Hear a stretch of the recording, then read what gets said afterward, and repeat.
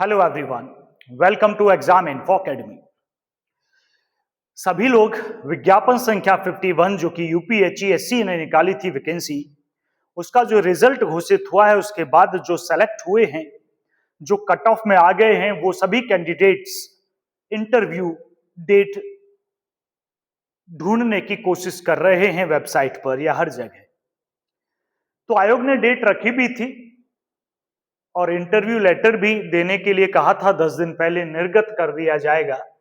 लेकिन आपके न्यूज़पेपर ये कहता है तिथि घोषित कर असिस्टेंट प्रोफेसर भर्ती साक्षात्कार पर आयोग मौन। अभी आयोग कोई जवाब नहीं दे रहा, जबकि 25 सितंबर तो अब आ ही गई है। ये डेट रखी गई थी।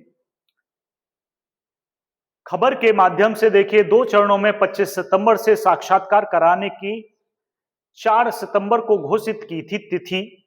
10 दिन पहले आयोग ने नहीं निर्गत किए साक्षात्कार पत्र, ना ही स्थगन की सूचना दी है। ना तो ये कि कभी और है भाई, अब डेट बदल गई है, कोई सूचना नहीं दी है। ठीक है, पूरी खबर देखना चाहो तो मैं एक बार और पढ़ देता हूं। एडेड माध्यमिक विद्यालयों के लिए शिक्षक भर्ती परीक्षा आयोजन की तिथि घोषित कर परीक्षा न कराने और तिथि टालने का क्रम दोहरा चुका है। शिक्षा सेवा चयन आयोग अब एडेड महाविद्यालयों के असिस्टेंट प्रोफेसर भर्ती का साक्षात्कार भी तय तिथि पर शायद ही करा सके। विज्ञापन संख्या 51 के 910 पदों की इस भर्ती की लिखित परीक्षा का परिणाम 4 सितंबर को घोषित करने के साथ आयोग के परीक्षा नियंत्रक देवेंद्र प्रताप सिंह ने 2 चरणों में 25 सितंबर से इंटरव्यू आयोजित किए जाने की सूचना जारी की थी। इसमें यह भी बताया गया था कि इंटरव्यू पत्र साक्षात्कार तिथि के 10 दिन पूर्व आयोग की वेबसाइट से डाउनलोड किया जा सकेगा। अब इंटरव्यू में अब सप्ताह भर मतलब तो कुछ ही दिन बचे हैं और अभी तक कुछ भी नहीं आया है। एक खबर तो ये है जो हम आपके साथ साझा कर रहे हैं कि इंटरव्यू कब है ये नहीं पता चल रहा है, या आयोग ये छिपा रहा है कि कोई किसी ने स्टे ले लिया है।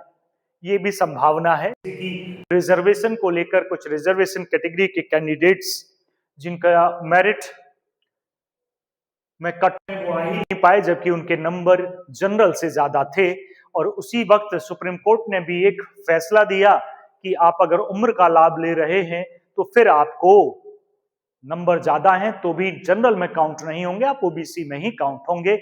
ये तो बात सही आती है उम्र के लिहाज से, सुप्रीम कोर्ट ने भी आदेश दे ही दिया। लेकिन जब यूपीएचएससी ने फॉर्म निकाला था तो कौन सी एज लिमिट लगाई थी, यहां तो वह भी नहीं है।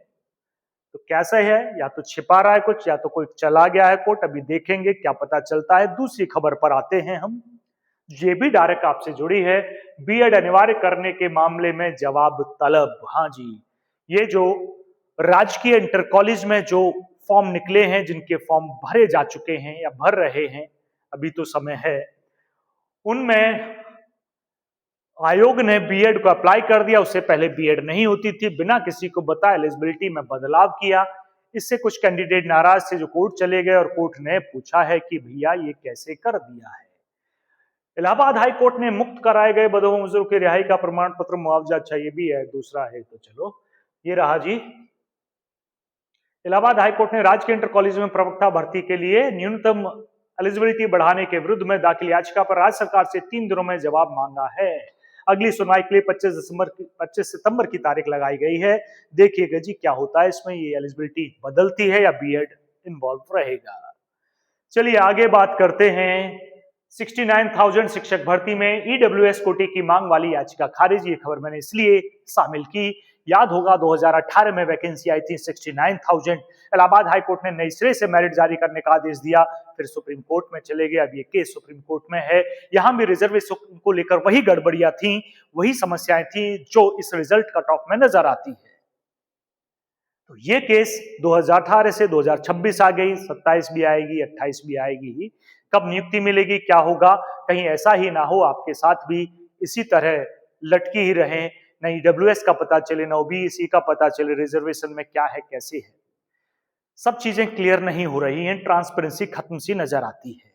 और कोर्ट जाना ही बच्चे के पास आखिरी उपाय बचता है, वो कोर्ट चला जाता है और भर्तियां फिर अटक जाती हैं। अब देखिएगा क्या होता है। ये 3 खबर आज के लिए थी, आपसे डायरेक्टली जुड़ी हैं, चाहे आप असिस्टेंट प्रोफेसर की तैयारी कर रहे हैं या फिर जीआईसी लेक्चरर की तैयारी कर रहे हैं, एलटी ग्रेड की तैयारी कर रहे हैं, या फिर असिस्टेंट प्रोफेसर जीडीसी की तैयारी कर रहे हैं, किसी की भी तैयारी कर रहे हैं, तो तैयारी शुरू कर दीजिएगा। एग्जाम होने वाले हैं बाकी के, तो एग्जाम पर तो फोकस रखिएगा, साथ में अपने अधिकारों की भी बात कीजिएगा। सवाल करना कोई क्राइम नहीं है, सवाल पूछते रहिएगा। धन्यवाद।